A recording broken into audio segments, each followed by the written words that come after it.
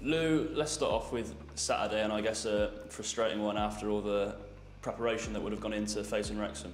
Yeah, as always, the preparation was meticulous by everybody involved.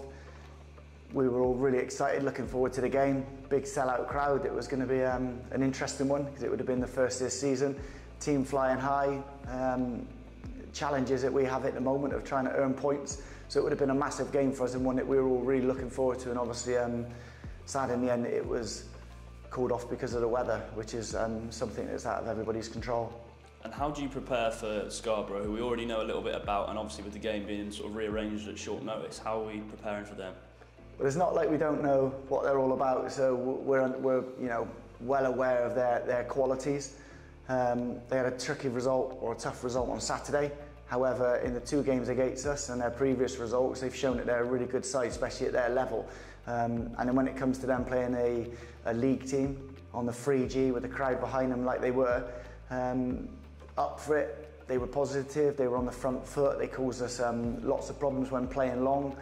And it's something that we've learned from, something we did much better in the second game. And then there's areas of our game where we know that we can really hurt them that we'll be looking to do again tomorrow evening. And it was a really tough place to go, wasn't it, up there first time around? So what is it they did particularly well and made it tough for us on that afternoon? Well, we all found it a brilliant place to go. Like, the atmosphere was incredible. The pitch is always tricky to play on because it's something that the boys aren't used to, whereas they're used to it at the level they play. There's a lot of 3G pitches. I thought the crowd and the energy of the crowd were brilliant, and sometimes you have to use that to lift you and fuel you at times. What they did really, really well was play up to the big target men up front, get forward runners, and stress you in that way. And then what that does is that lifts the crowd and it fuels them, whereas we need to do what we did to them in the first half of the second game. We need to move the ball quickly, we need to make deep runs, we need to make opposite movements, we need to find space and so on, and then hopefully the quality of the player that we have available tomorrow evening will come out on top. And how does Saturday's postponement affect team selection for yourself and David? Well, I think there's always games that we would have looked at where we would have looked at what players are going to play in what positions, where and when.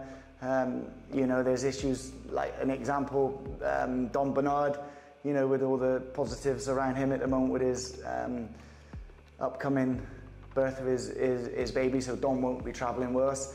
And then there was a few lads out ill on Saturday who are now back. And there's a lot of lads back from injury that can hopefully get some minutes on Saturday. So we'll go as strong as we can as always. We'll respect the opposition, we'll respect the tournament, and we'll go as strong as we can to try and win in 90 minutes. And the uniqueness of this means we know who our second and third round opponents would be, you know, if we were to get that far. Have you got to use that as motivation?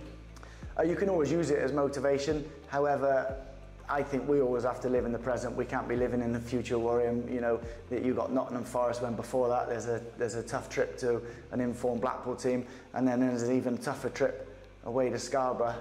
Like we said, we saw what they could do in the first game, we saw what they could do second half against you. They could cause real problems if you're not up and ready for the challenge, and it's something that the boys are up and ready for, something the staff are looking forward to, and it's something that we've prepared properly for.